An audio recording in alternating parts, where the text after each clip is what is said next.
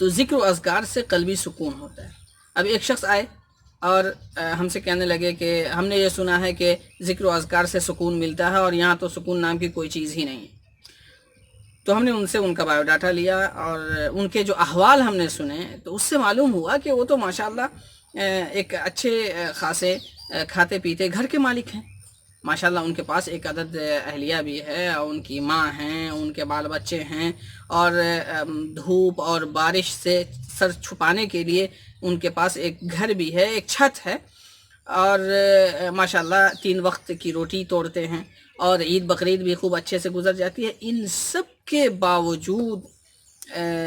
یہ کہہ رہے ہیں کہ سکون نام کی کوئی چیز ہی نہیں۔ تو ان کو ہم نے 2 باتیں بتلائیں۔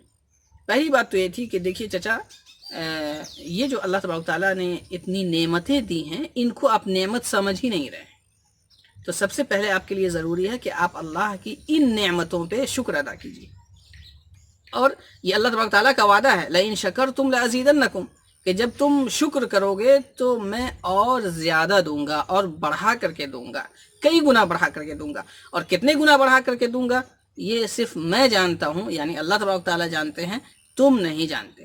تو سب سے پہلی چیز تو یہ ہے کہ اللہ کی نعمت پر شکر ادا کیجیے۔ دوسری بات جو ہم نے ان کو بتلائی وہ یہ کہ یہ جو آپ پڑھتے ہیں نا تسبیح، جو آپ یہ دکھا رہے ہیں کہ ہمارے پاس یہ تسبیح ہے اور ہم یہ پڑھتے ہیں اور سکون نہیں، تو یہ سبحان اللہ اور الحمدللہ اللہ اکبر یہ بھی ذکر ہے، اس کی بھی بڑی فضیلت آئی ہے۔ لیکن یہ جو جتنی بڑی آپ کی تسبیح ہے نا، اس کے حساب سے تو اللہ تبارک تعالیٰ نے آپ کو بہت دیا۔ لیکن اگر آپ چاہتے ہیں کہ ٹھاٹ باٹ کی زندگی ہو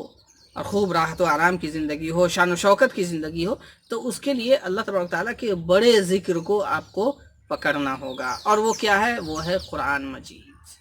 ٹھاٹ باٹ کی زندگی کے لیے قرآن مجید کو لازم پکڑنا ہوگا۔ پھر ہم نے ان کو ایک قصہ بتایا کہ دیکھیے جب ہم مصر میں تھے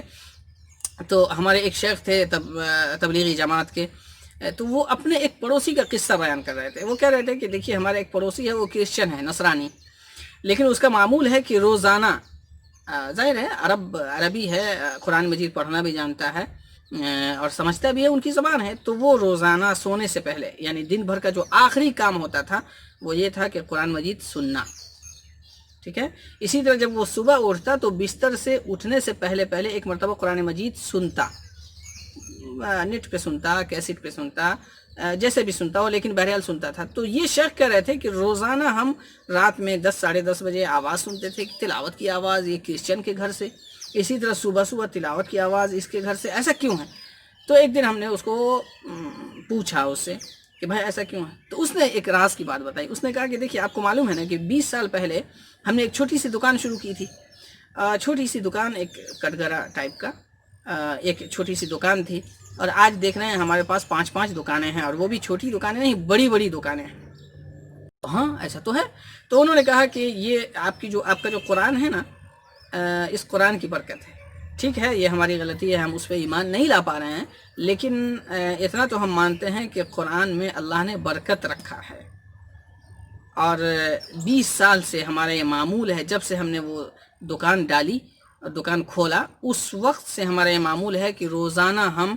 سوتے وقت سب سے آخری کام اور اٹھتے وقت سب سے پہلا کام دن کا ہم یہ کرتے ہیں کہ قرآن مجید سنتے ہیں، اور اسی قرآن کی برکت ہے کہ اللہ تبارک تعالیٰ نے ہماری دکان کو چمکا دیا، اور آج ہماری تجارت ایک دکان سے لے کر کے 5 دکان تک پہنچ گئی ہے۔ تو یہ ہے قرآن کریم کی برکت۔ اگر آپ چاہتے ہیں کہ ہماری روزی میں برکت ہو اور خوب ٹھاٹ بھاٹ کی زندگی ہو ہماری، تو پھر آپ یہ جو ذکر ہے نا، ذکر کی جو مقدار ہے، اس کو بڑھانا ہوگا اور قرآن کریم کو لازم پکڑنا